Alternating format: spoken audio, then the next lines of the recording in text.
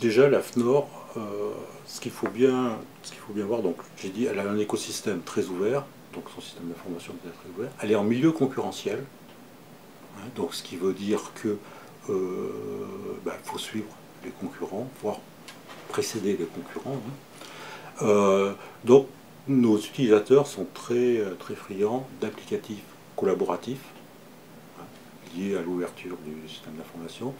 Nouveauté, parce que les problématiques aujourd'hui, c'est que la norme, elle se vend plus papier. Elle se vend en numérique, elle doit être exploitée numérique, le contenu doit être exploité, le moteur de recherche doit être pertinent par rapport à la restitution liée au contenu d'une norme ou d'un ensemble de normes.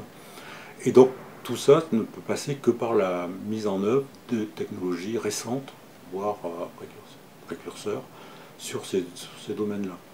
De plus, la FNOR, si vous voulez, en termes de système d'information, a 4 métiers. Donc il y a le métier de la normalisation, il y a le métier de l'édition et de services d'abonnement, il y a le métier de la certification tierce partie et le métier de la formation. Donc ce qui veut dire que ce sont 4 métiers complètement différents, donc un domaine fonctionnel large, et ces 4 métiers, notre système d'information est quand même relativement intégré, puisque nous avons plus de 300 interfaces qui mettent à jour les bases en simultané. Donc on a un système d'information très riche et très complexe. Moi j'ai un principe, c'est que les méthodes de travail doivent forcément s'adapter. C'est-à-dire qu'il n'y a pas j'ai la vérité aujourd'hui, elle n'est pas valable demain. Donc nous, en termes que ce soit d'organisation, on change d'organisation à peu près tous les 3 ans, hein, de façon à ce que les gens puissent changer soit de domaine fonctionnel, soit de technologie, soit de sujet. Et on essaye de s'adapter en perpétuel aux besoins de nos clients et de leur rendre service au plus près. La grande réorganisation récemment, ça a été qui a porté essentiellement sur 2 axes. Un premier axe, de créer un pôle conseil qui fait de l'assistance à maîtrise d'ouvrage, qui est vraiment la relation unique avec nos différentes maîtrises d'ouvrage, donc qui est complètement détaché du développement.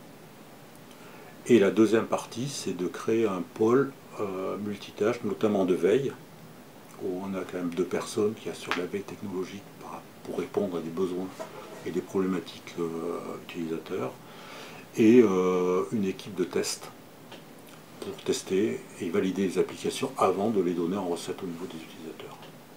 Alors, en tant qu'AFNOR, on ne peut pas imposer, on n'impose pas que le fournisseur soit certifié ou pas certifié. Par contre, le fait qu'il soit certifié donne, comme à tout client, donne une garantie de respect d'un certain nombre de règles et de méthodes de travail qui peut garantir quand même une qualité supérieure à quelqu'un qui n'applique pas ou qui n'est pas certifié sur tel domaine.